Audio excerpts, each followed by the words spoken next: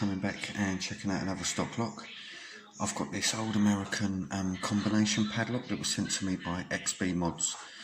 It was sent to me ages and ages ago, and I was never able to decode it using the wheel. I'm just going to put it down a minute. Come in all the original packaging. I've got a box out, and it says this envelope contains the original code tag, open on defeat or success, and I've not opened this at all. It's remained in this box the whole time, and I promised myself I wouldn't cheat, but I can't do it with the wheel, so it is unfortunate. But I'm going to have a crack with picking it from the key at the back, and we'll see how we get on. So unusually, I'm going to move the vise. Something you don't see very often. Whoa.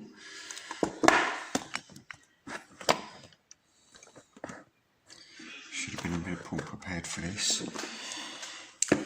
I'm going to try picking it in hand, and like I say, that's not something that I normally do.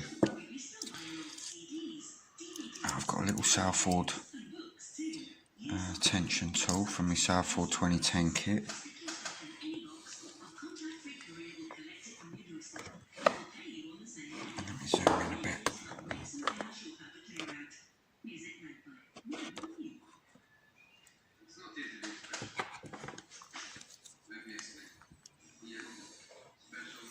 And we're in light tension.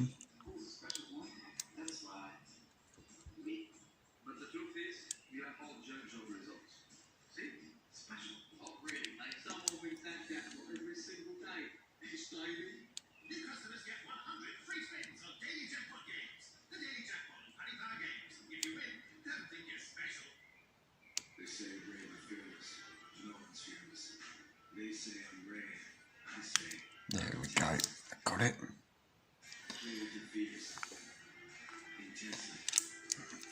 And that's open. Yeah, and we're in. That was quite good. Quite pleased with that, and you can see that. So yeah, thanks Jason. I'm not sure what I'm going to do with this. I don't feel like this is something that I want to send out to another picker, but it's not a lock type that I collect.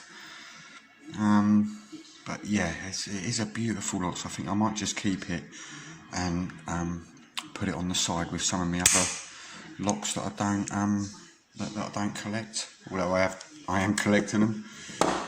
You can see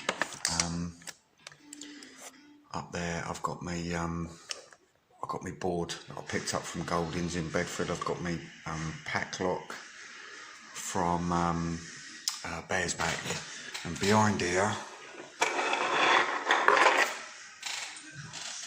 I've got my big old chub that's on the shelf. So I do keep a few locks other than the Mortis solid body rim cylinders, but yeah, that was a nice little pick. Thanks for watching, and yeah, I'll be back with another video pretty soon.